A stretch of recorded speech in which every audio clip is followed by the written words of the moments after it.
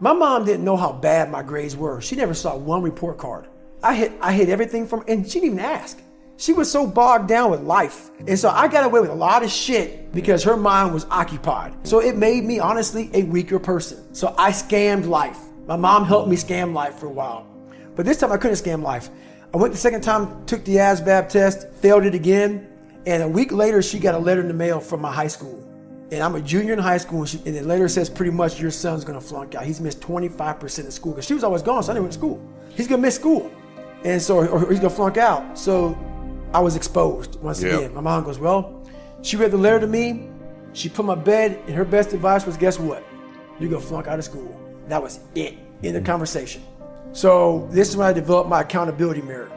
And I look in the mirror, and at this time, I didn't want to be the black kid in school. There's like 5 or 6 of us in school, like 1,700 kids, something like that. And I made up a character to kind of like draw attention from color. And so what I did was I started to design haircuts. And one haircut I had was the old man. And I shaved my head up here just like this. I did this. And I would keep the hair on the side like an old man has. And one time I shaved my whole head and had a reverse part. So I had hair up here and it kind of zigzag. So I did things to be this cool, crazy, kind of like creative kid.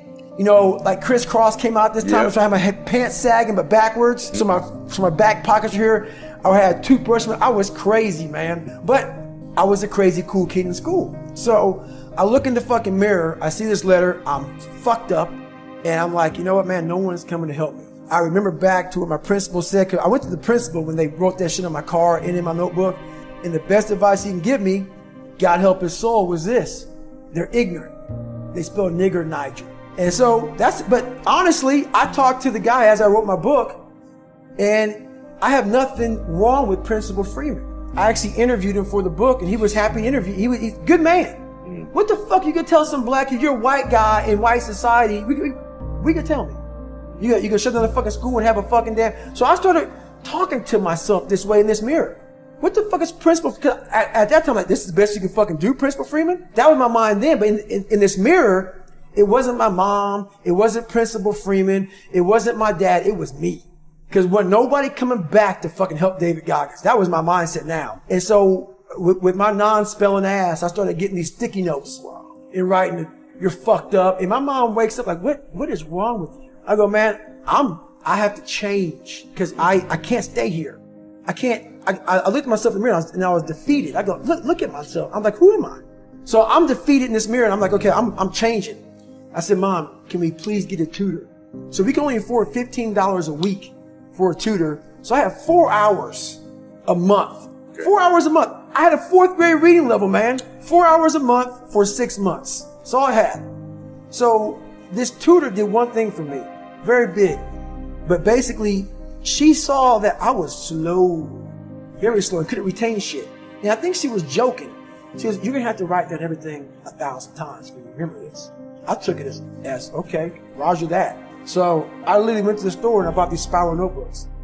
And I started literally writing down, let's say it's a math equation, the same fucking math equation over and over and over and over again. When it came to a paragraph comprehension, I couldn't read the fucking paragraph and then remember it. So we had like, I think 25 or 30 paragraph comprehension things. I had to write down the whole fucking thing. Wow. Like a whole paragraph, and you don't have much time to take the fucking test. But that's how I learned. So how I learned the Navy Dive Man, it was like 1,000 pages, Navy Dive Man. I got it a year in advance and wrote the book out probably 14 times. Like the Boyle's Law, Child's Law, Gay-Lussac's Law, Dalton's Law, all these laws, but over and over, the whole manual. So it's not like, so now I've done it so many times, I can go back in my mind and say, okay, page 71 was Boyle's Law. And I can go back in this, and I'm looking at it right now, and I remember writing it down so many times that it takes me to say, okay, I got it. And I can write it down almost verbatim so that's how I learned even to today. But the work ethic, people think I became this guy from running. No, I became this guy from fucking studying.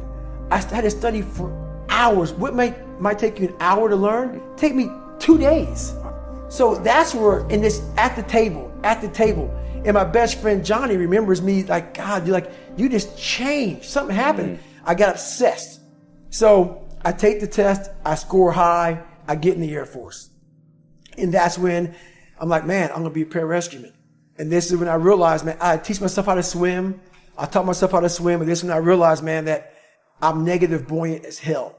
And there's a lot of things. So what gets people in special operations is the water. Not swimming, but the water confidence. When they're like taking your air from you and you're underwater panicking, I realized I was very uncomfortable. So long story short, I was there for 6 weeks. I was moving on pretty well. I was second in my class. And I was getting through all the water confidence, but barely. But I wanted to quit every fucking night. I didn't go to sleep every night. It just paranoid of the next day of getting back in that pool. So 6 months go by, we have this medical examination and they draw my blood and they say, you have sickle cell. Sickle cell is a blood disease that some African Americans have. Basically, you know, if something happens under stressful situations, stroke, heart attack, sudden death. This happened to a few African Americans in the military. So they pulled me from training saying, you can't do this job. And when you live a very stressed out life, like I was living, that's your norm. So not sleeping, being scared, that was my norm. I wasn't gonna quit. But when they pull you out of training, and now I'm fucking comfortable. So now I'm seeing my class of 24 guys, it was like 150, now it's 24 guys, and they're in the pool, and I'm on the side of the pool, I'm not in the water now, I'm seeing what I was doing. I'm seeing these guys struggling, panicking in the water, like wanting to quit. I'm like, fuck that. I'm not going. So now I'm comfortable. And I'm able to see now I'm not going back. So now my big dream of being a pararescueman, I'm now seeing that do this. I'm like, I want to get out of the Air Force. I don't even want to be in the fucking military. So this is what I'm saying. So I'm hoping now that this sickle cell thing is going to get me kicked out of the military. Because I'm like, okay, I don't want to go back in the fucking, I'm done. So I'm not getting happy because now I'm like, I won't quit. They're going to medically drop me from the course. This is great. I can keep my head up.